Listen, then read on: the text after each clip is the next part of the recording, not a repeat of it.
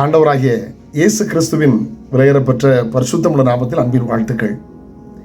இந்த காலையில் உங்களை சந்திப்பதில் மகிழ்ச்சி அடைகிறேன். இந்த நாள் உங்களுக்கு ஆசீர்வாதமாய் மாறுவதாக.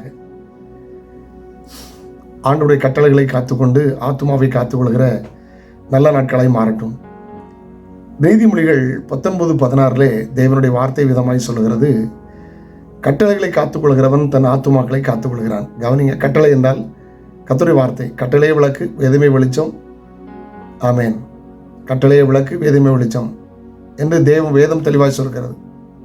ஆமேன். கட்டளைகளை காத்துக்கொள்கிறவன் தன் ஆத்துமாவை காத்துக்கொள்கிறான். வசனத்தின்படி தன்னை காத்துக்கொள்கிறவன் ஆத்துமாக்களை காத்துக்கொள்கிறான். நம்மை காத்துக்கொள்ள வேண்டும். எல்லா காவலோடும் இருதயத்தை காத்துக்கொள், அதிலிருந்து ஜீவ ஊற்று புறப்படும் என்று வேதம் சொல்கிறது. நம்மை காத்துக்கொள்ள வேண்டும். உலகத்தில் பறவைகளோ மிருகங்களோ ஒவ்வொன்றுக்கும் தன்னை காத்துக்கொள்கிறதுக்கு வித்தியாசமான ஒரு ஞானத்தை கொடுத்திருக்கிறார். கர்த்தருக்கு ஸ்தோத்திரம். கவனிங்க, எனக்கு நேற்று முந்தின நாள் நடந்த ஒரு வேடிக்கையான சம்பவம். நான் தென் அமெரிக்கா பெருதேசத்தில் இருக்கிறேன். அங்கே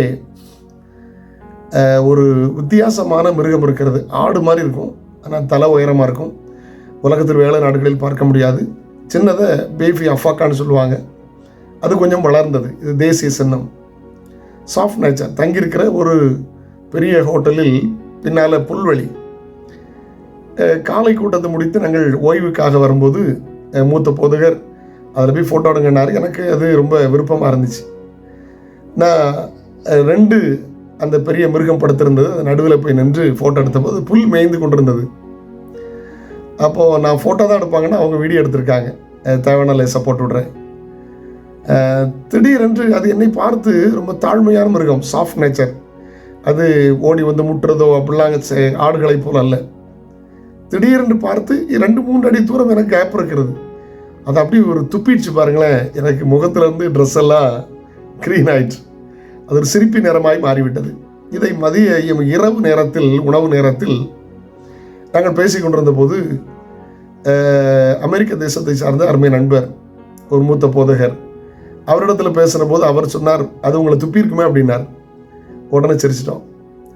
அதனுடைய நேச்சர் அது தன்னை காத்துக்குள்ள அப்படி செய்யும். யாராவது தன்னை தொந்தரவு பண்ணுறாங்கன்னு நினச்சிங்கன்னா அப்புறம் நம்ம என்ன செய்வோம்? வெக்கமாக இருக்கும்ல, தூரம் வந்துடுவோம். பாருங்கள், ஒரு பகுத்தறிவற்ற மிருகத்திற்கு, ஒரு சாஃப்ட் நேச்சரான ஒரு மிருகத்திற்கு தன்னை காத்துக்கொள்ள அந்த ஞானத்தை கர்த்தர் கொடுத்திருக்கிறார். உங்களை காத்துக்கொள்ளுங்கள். ஹல்லேலூயா.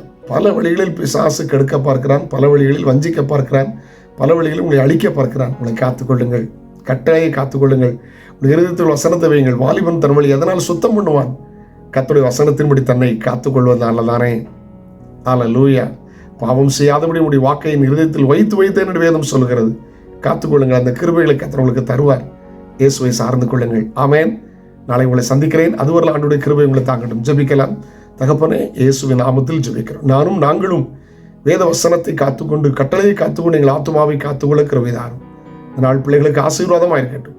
இயேசுவின் நாமத்தில் ஜெபங்கள் பிதாவே. ஆமேன். ஆமேன். God bless you. Have a nice day.